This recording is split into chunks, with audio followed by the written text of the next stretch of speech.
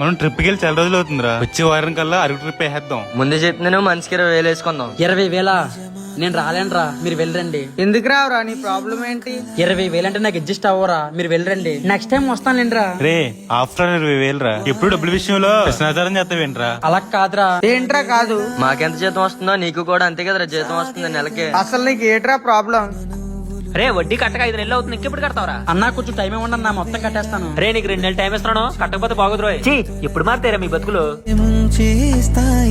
మీకు చెప్పిన అర్థం కాదురా. ఏంట్రా అర్థం కాదు? మీకెంత జీతం వస్తుందో నాకు కూడా అంత జీతం వస్తుందిరా. కానీ ఇప్పటి వరకు నా సొంత అవసరాల కోసం 1,000 రూపాయలు కూడా ఖర్చు పెట్టుకోలేదురా. మీకు నాకు తేడా ఏంటో తెలుసా? మీరు మీ ఖర్చుల కోసం సంపాదిస్తున్నారు, కానీ నేను నాకున్న బాధ్యతల కోసం సంపాదిస్తున్నాను.